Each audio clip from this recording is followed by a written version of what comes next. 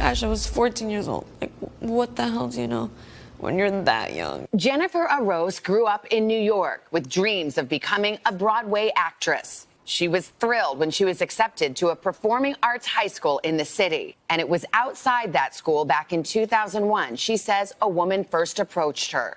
She was definitely trying to get to know me, trying to find out, where I was from, where I grew up, who I lived with. Arose says the woman kept showing up, talking to her, sometimes offering to buy her lunch or a soda.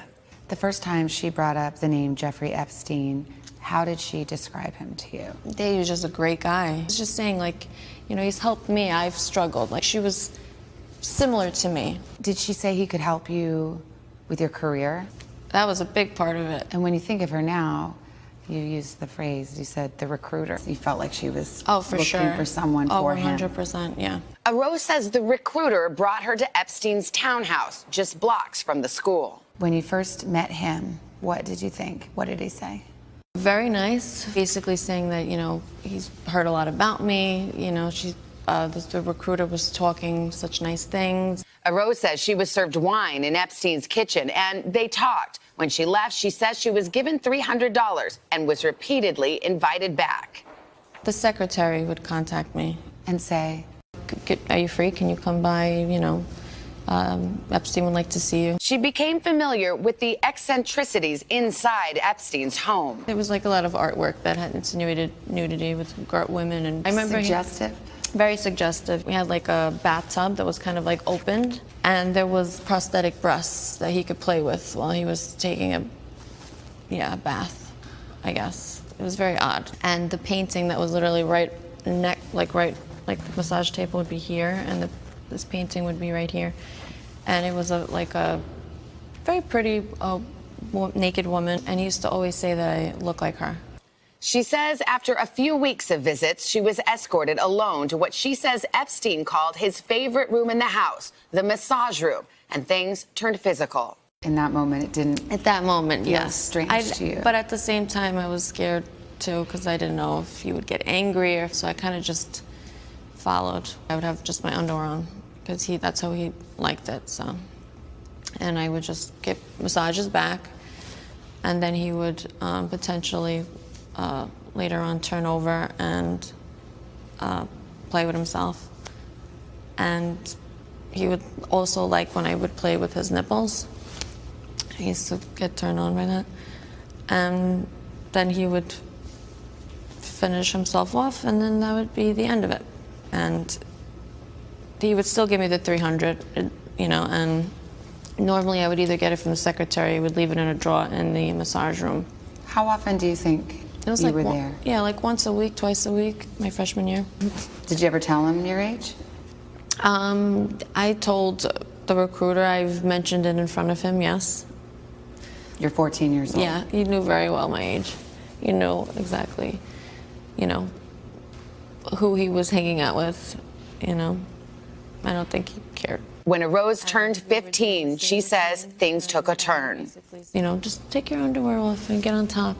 And I said I didn't want to. And he, very forcefully kind of brought me into the table, and I just did what he told me to do. I was really scared. I didn't necessarily think that he was, going to rape me. Did he hold you there? Yeah. No question in your mind, he knew you did not want that to happen. Oh, yeah. No, he definitely, yeah. There was no way. I was I don't want to say I was screaming or anything of that nature, but I was terrified, and I was telling him to stop. Please stop, And did he? No, he did not stop. He had no intentions of stopping, and that's what he wanted, that's what he got. When you left there, you never went back? After that day, no, I never went back. I was terrified. I was really scared, because I didn't want that to happen again. And you left school. Did you leave the school because it was in the same neighborhood? Yeah, it was so close. In your mind, did you use the word rape? Did you recognize it then as rape? No, I don't think I did. I just thought, it's my fault. Like I was like obligated, like that's just what you're supposed to do. So I really did not know better. When did you stop blaming yourself?